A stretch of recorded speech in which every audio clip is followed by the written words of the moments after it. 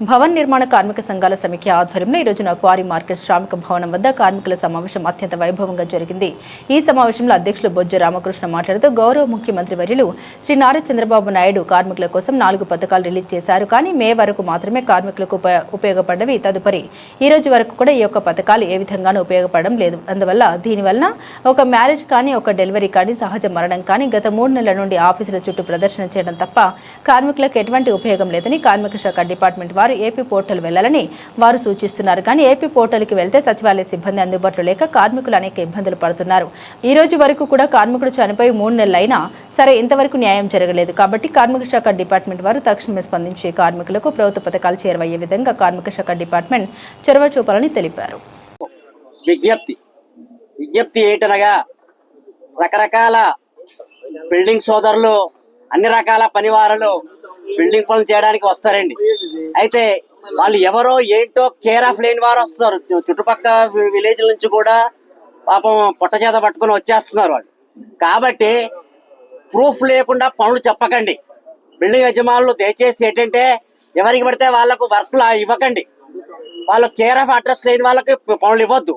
అలాగే identity card compulsory. ఏం చేస్తాడు? సపోజ్ ఫర్ ఎగ్జాంపుల్ పెయింటర్ గారు ఏంటి సంఘం తరపున ఐడెంటిటీ కార్డు అడగండి, లేదంటే భవన నిర్మాణ కార్డు అడగండి, ఏదో ఒక ప్రూఫ్ చూపించమనండి.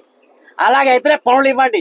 లేదంటే మాకు లెటర్లు పెట్టుకున్నారండి, ఏంటి మా ఇంట్లో ఇలా పనిలోకి వచ్చారండి, ఇది మిస్ అయిందండి, అది మిస్ అయిందండి, ఎలక్ట్రికల్ కట్ట మిస్ అయిందండి, ప్లంబింగ్ సామాన్ మిస్ అయిందండి, కార్పెంటర్ గారిది ఏదో సుత్తి మిస్, ఇలాగా సంథింగ్ అని చెప్తున్నారు. కాబట్టి దయచేసి ఏంటంటే సరి అయిన ప్రూఫ్ ఉన్నవాడికి మాత్రమే పనులు ఇవ్వండి. తీసుకెళ్లే ముఖ్యమైనటువంటి మన మిత్రులందరికీ తెలియజేయడం ఏంటంటే మీరు కూడా ప్రతి ఒక్కరు ఐడెంటిటీ కార్డు చేయించుకోవాలి. పనిలోకి తీసుకెళ్లే వాడికి కూడా ఐడెంటిటీ కార్డు ఉండాలి. సరైన పని ఒప్పుకోండి, తక్కువ ధరకు ఒప్పుకోకూడదు. చక్కని పని ఒప్పుకొని డబ్బులు మిగిలేలా చూసుకొని నష్టపోయిందని మళ్ళీ మా దగ్గరికి రావద్దు.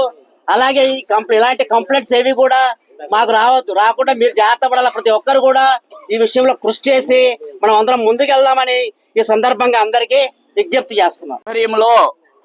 ప్రతి నెల జరగబోయేటువంటి క్వారీ మార్కెట్ శ్రామిక భవనం వద్ద కార్మికులు అధిక సంఖ్యలో పాల్గొని ఈ రోజు సమావేశం ఏర్పాటు చేయడం జరిగినది. అయితే ఇందులో ఏ విధంగానైతే మరి కార్మికులకు వరాలు జల్లిచ్చినటువంటి మహానుభావుడు నారా చంద్రబాబు నాయుడు గారు, గౌరవ ముఖ్యమంత్రి వర్యులు, కార్మిక శాఖ మంత్రి వర్యులు శ్రీ వాసంశెట్టి సుభాష్ గారు, వారందరికీ కూడా 2 చేతులతో నమస్కారాలు పెడుతున్నాం. అయ్యా, మేడే 1 వచ్చిందంటే కార్మికులు ఎక్కడున్నారు అని చుట్టుముట్టి బహిరంగ సభలు పెడతారు. మేడే దాటిపోయింది.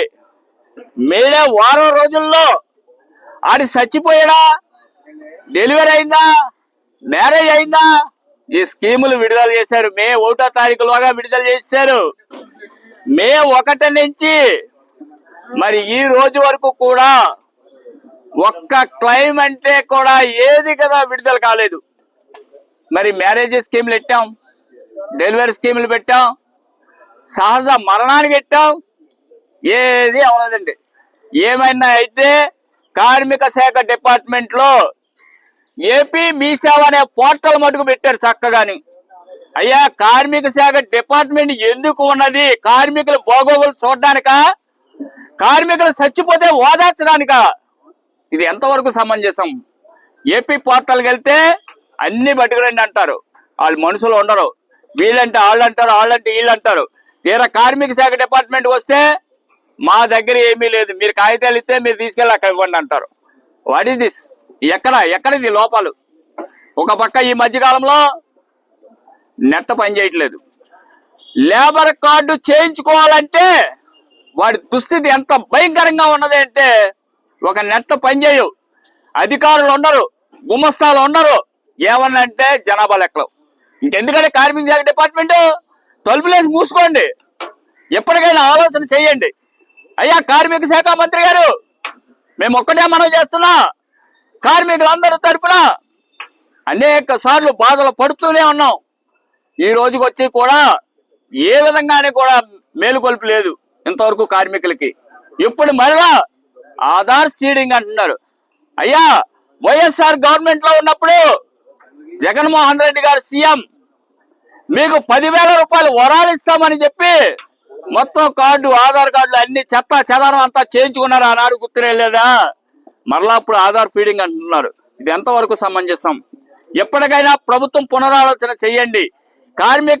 కార్మిక శాఖ మంత్రివర్యులు కానీ, కార్మిక శాఖ కమిషనర్ కానీ, అసిస్టెంట్ కమిషనర్ గారు కానీ, డిప్యూటీ కమిషనర్ గారు కానీ, ఏఎల్ఓస్ కానీ అందరూ కూడా ఈ కార్మికులు ఎదుర్కొంటున్న ఇబ్బందులను వెంటనే దృష్టిలో పెట్టుకోండి.